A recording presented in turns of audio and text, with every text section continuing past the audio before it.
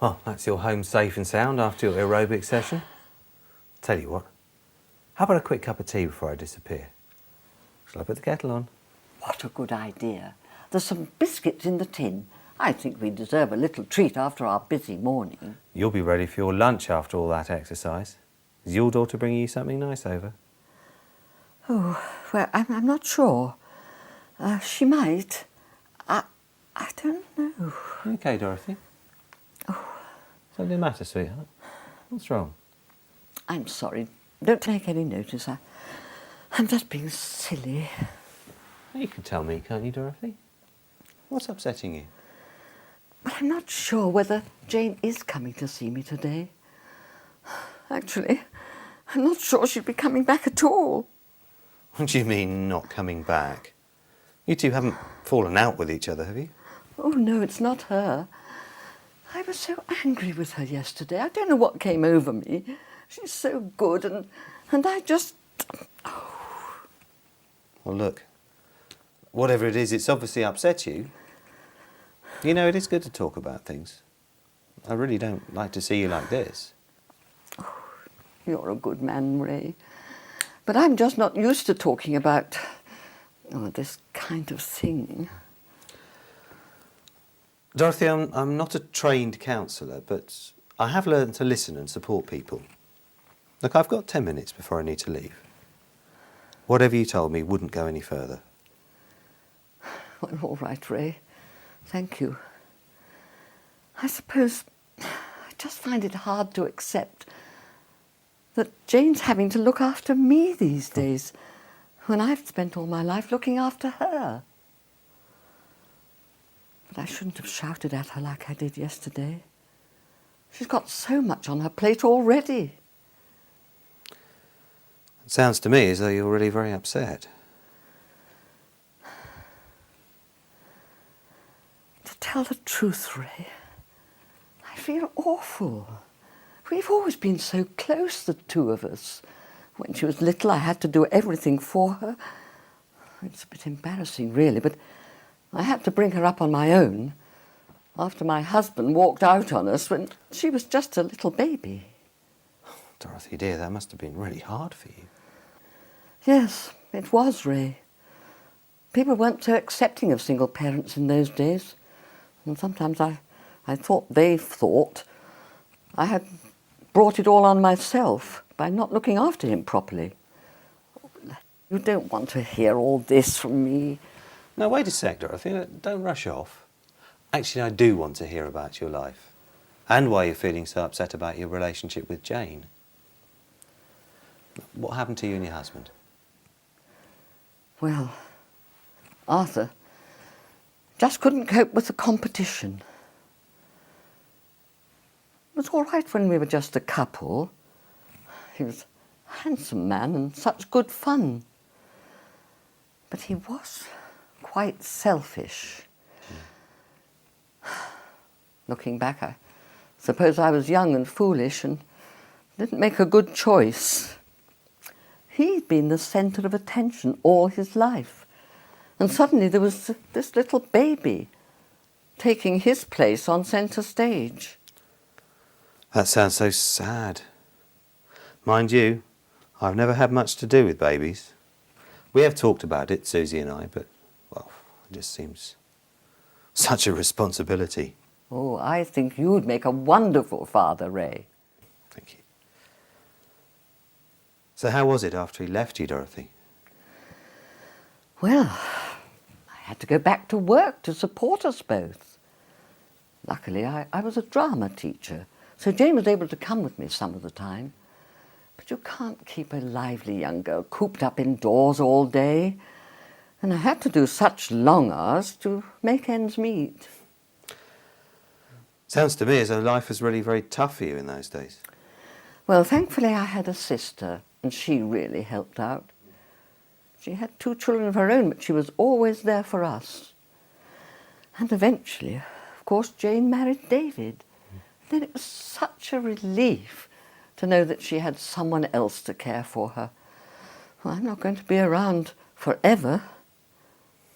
But now it's all gone wrong. It's all gone wrong? Yes, it's as though history is repeating itself, Ray. David has walked out on Jane, just like her father, leaving her with 3 children and a bad-tempered mother. So now Jane is all alone with the children, and you're feeling you're just, well, another burden in her life. That's exactly how I feel, Ray. At least I had a sister, and I wasn't spending all my free time looking after a helpless, horrible old woman. It breaks my heart to see her look so tired and run down. Oh, Dorothy, I don't think you're a horrible old woman. Well, thanks, Ray. I just want to look after her like I always have. But what can I do? I've offered to look after the children here, but it's very boring for them being alone with just an old woman for company. You do seem rather down in the dumps at the moment. I know, I'm just a heap of misery, and I don't seem to be able to shake myself out of it. It's not just Jane's problems either. I get so fed up with having to depend on other people to do all the things that I used to be able to do for myself. So tell me, what happened between you and Jane? Well, you know, Ray, I can still do quite a lot of things for myself. These morning physio sessions have been a great help. But Jane comes round every day and fusses about me. She brings me a hot meal, which I could quite easily cook for myself. And yesterday, she wouldn't even let me put the shopping away. She kept telling me to sit down and rest, as if I didn't spend most of my time sitting down and resting. And so I shouted at her, and it was so unfair. So you lost your patience with Jane and shouted at her, and now you're really regretting that. Jane's face just sort of closed down, like she did when she was little, and her father promised to visit and then just let her down yet again. Well, then Jane just walked out on me without saying another word. But don't you think she'd understand if you get a bit tetchy from time to time? Tetchy? Well, I suppose that just about sums me up these days. I'm turning into a grumpy, miserable old woman. Dorothy, let's just take a closer look at this. You're feeling your rage, and it's getting you down. You've always been the one that does all the caring, and you just can't do this anymore, which must be really hard for you. You try to keep yourself as active as you can, but sometimes Jane doesn't understand this. But most of all, you're really concerned about how Jane is coping. That feels like an awful lot to have to cope with yourself. Well, Ray, it isn't a lot of fun growing old. I was just wondering, Dorothy, are you due to see a GP soon? Dr. Martin? Well, yes, actually, I've got an appointment next Thursday. He wanted to check me over before renewing my prescription. But why do you ask? I was just thinking it might be useful to tell him how low you've been feeling lately, see what he has to say. They have a good team down at the surgery, and I know 1 or 2 of the counsellors. If he could arrange an appointment for you, I'm sure you'd find it helpful. Oh, Ray, I don't mind talking to you, but I don't know about seeing a counsellor. That sort of thing was rather frowned upon by my generation. We were brought up just to get on with it. But was that a good thing? I really feel there's no need to suffer in silence. And these are well-trained professional people, whereas I'm only trained to listen and support. Anyway, how did you feel about talking to me today? Well, now you ask, I have found it really helpful, sort of getting things off my chest. But really, Ray, I'd much rather just talk to you. You seem to know me better than I know myself these days. You can talk to me anytime, Dorothy, but it's not the same as talking to a professional counsellor. And if they can help put a bit of spring back in your step, it's got to be worth a try, don't you think?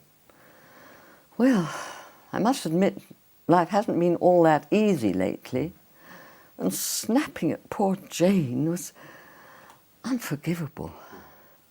Look, all you've got to do is tell Dr. Martin some of what you told me. See what he has to say. When I pick you up next week from physio, you can tell me how you got on. Now, how about that cup of tea? I think I ought to get that for you, after all this talk about being independent. Well, OK, Dorothy. That would be very nice indeed. Thanks, Ray. You're a great friend to me.